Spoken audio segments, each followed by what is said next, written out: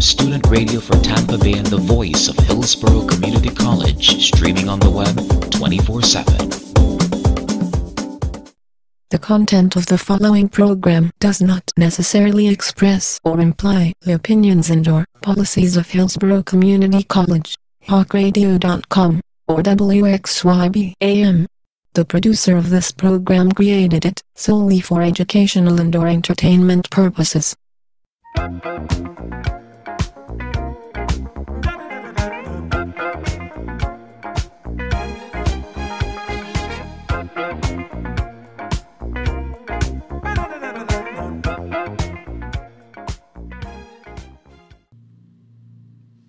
I'm Tom Smith, and this is The Edge.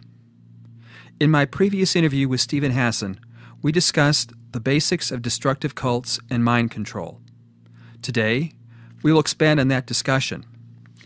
Steve Hassan is one of the foremost authorities on cults and mind control. He is a nationally certified counselor, a licensed mental health counselor, and the author of two of the most respected books on the subject of cults: Combating Cult Mind Control, the #1 guide to protection, rescue, and recovery from destructive cults, and Releasing the Bonds, empowering people to think for themselves.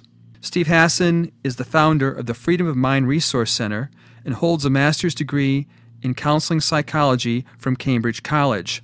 Welcome back to The Edge, Steve. Thank you, Tom. In your previous interview, we covered the first half of your book, Releasing the Bonds. I'd like to discuss the second half with you in this program. Great. If a friend or family member wants to help a person who has been recruited into a destructive cult, what steps do you recommend? Well, I would say first that 90 to 95% of everyone does the wrong things before they contact me or learn anything about cults and mind control. They typically try to argue the person out of the group or get confrontational or attack the leader or the doctrine. And they just create a polarizing effect. And therefore, to answer your question, what I would say the best thing to do is to be curious and concerned, and in a sense kind of play a little bit of a role that maybe you would be interested in joining too, if they could share their knowledge and their experience and answer your questions enough so that it opens a door to interaction back and forth. And what I overwhelmingly recommend people do is to get prepared before they even do that. In other words, the best thing is to track down credible former members, and not just people who've left the cult, but have left the cult and done their homework and understand the psychology of mind control and brainwashing and have really read the original critiques and of the source materials, maybe even done that themselves, and have some coaching in terms of what to say and do before they even interact with the person and pretend to be interested, ideally. But the real world is often not ideal. Yeah. Do you think it's key that a person say things and do things to build rapport with that cult member?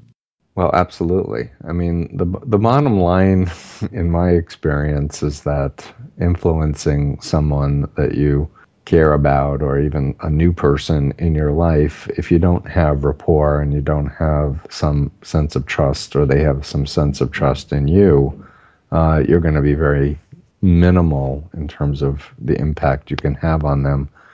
So to the extent that you can listen and really empathize and hear what the person is sharing about their background, their story, how they got interested, what was working for them, about the organization, share elements of your life story too.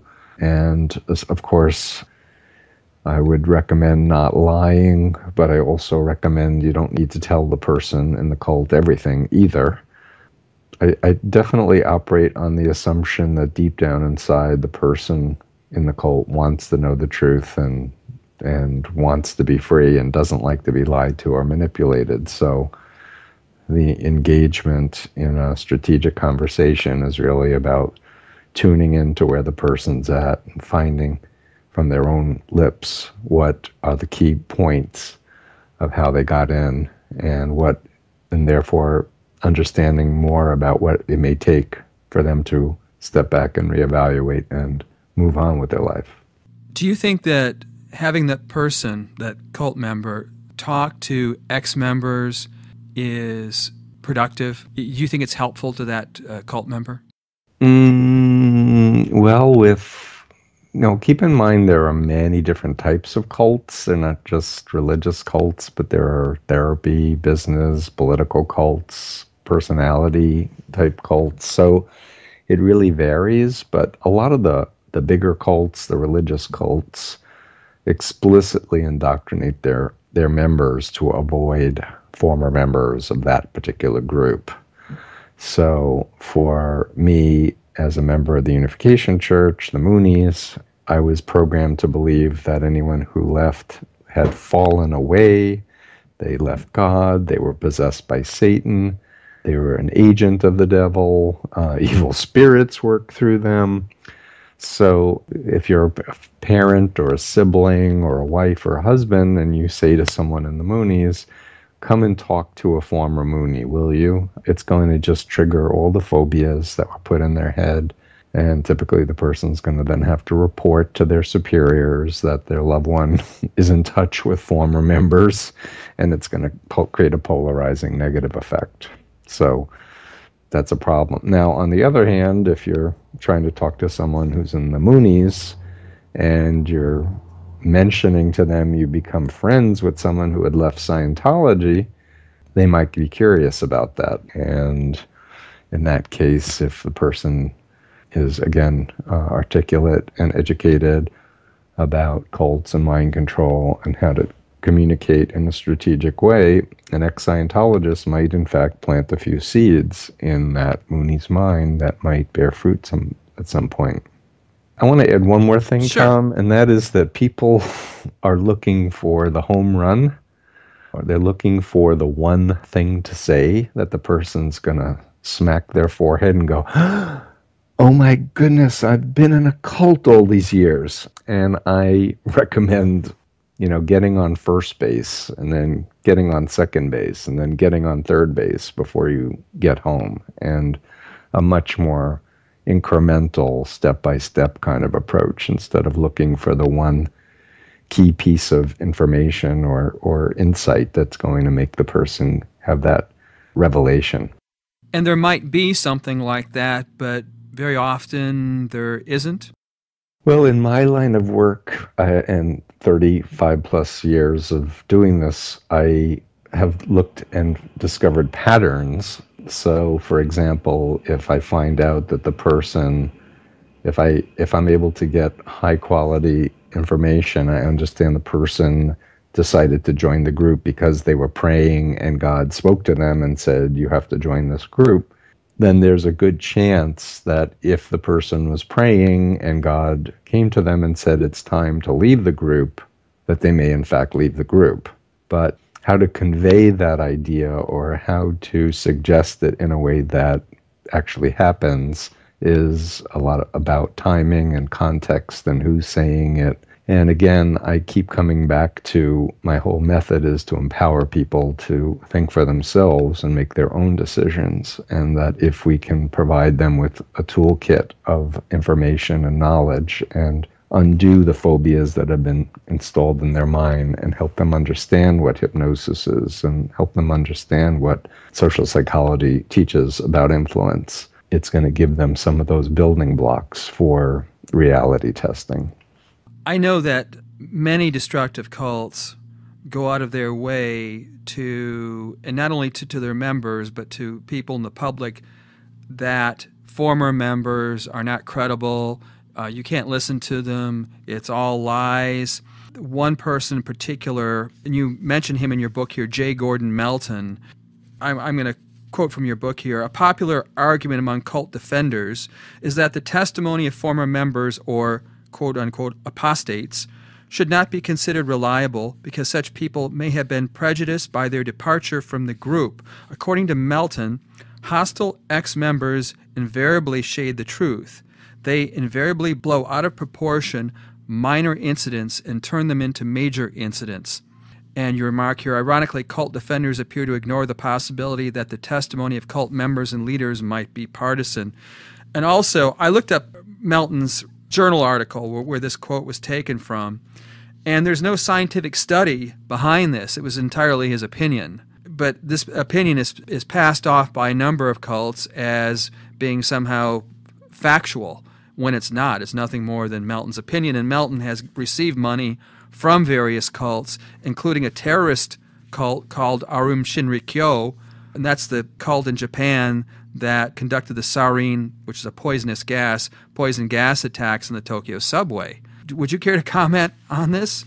Yeah, it's part of the propaganda wars that there are former military intelligence experts who went public in the 60s and 70s that brainwashing existed, and cults were trying to combat that, particularly in the media. So they discovered that if they hired some sociologists to come and visit their group and come to a workshop and feed them information and do things like agree to buy the first 20,000 copies of their book before the book even gets written, the book will come out and be very favorable about their group and will completely diss any critical information.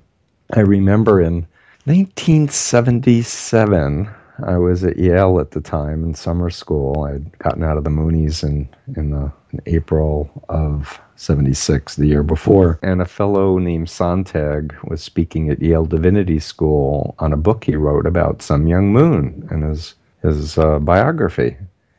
And so he gave this talk about how there was no evidence of deception from the leadership. And I was sitting there going, oh my God. And then during questions and answers, I was the first person that was called on by him. And I said, sir, I'm having a very hard time trying to decide if you've been the victim of a con job or whether or not you're just lying. I said, but I'll give you the benefit of the doubt. There's an internal speech called Master Speaks. It was January 1972, where Moon himself says, God tells lies very often. I started quoting all these documents that I knew by heart back in the 70s. And I said, so now that you have the information that there is deception from the highest level, are you going to do anything about it? And he said, I will not answer that question. Next question. And the next person he called on said, how come you didn't answer that guy's question? And at that point, he had zero credibility in the room. But do you think that he issued an apology as he was doing his book tour for the Moonies about Sun Myung Moon? Not a chance. So I have a really hard time respecting any people who claim to be academics who are studying cults, who are receiving money from the group. And I should furthermore say that these people have gotten together, these cult apologists, cult defenders, I call them in the book, against the mutual critics, people like myself, and sociologists who are legitimate, like Stephen Kent or Ben Zablocki, just to name two, David Lane, to name three. And I guess what I'm trying to say is that it's really unfortunate that members of cults are not looking past the labels or the veneer of legitimacy that these sociologists try to afford, and actually look at the substance of the claims or the counterclaims. Because in my world, if something's true, it will stand up to scrutiny, and you never have to worry, and you should always pursue the truth to the very end. And if you don't like what you find out at the end, it may mean you have to eat crow or change your opinion or change your stance or sever your money flow. But it's always better to live in integrity. And where you can look at yourself in the mirror and feel good about yourself than to be a prostitute or working for a criminal organization. At this point in time, I want to shift the discussion to cult identities, the characteristics of cult identities. In your book, you mention here from Chapter 8, the warrior-soldier mentality is another essential part of most cult identities. In a destructive cult, the soldier mentality is made to believe, I must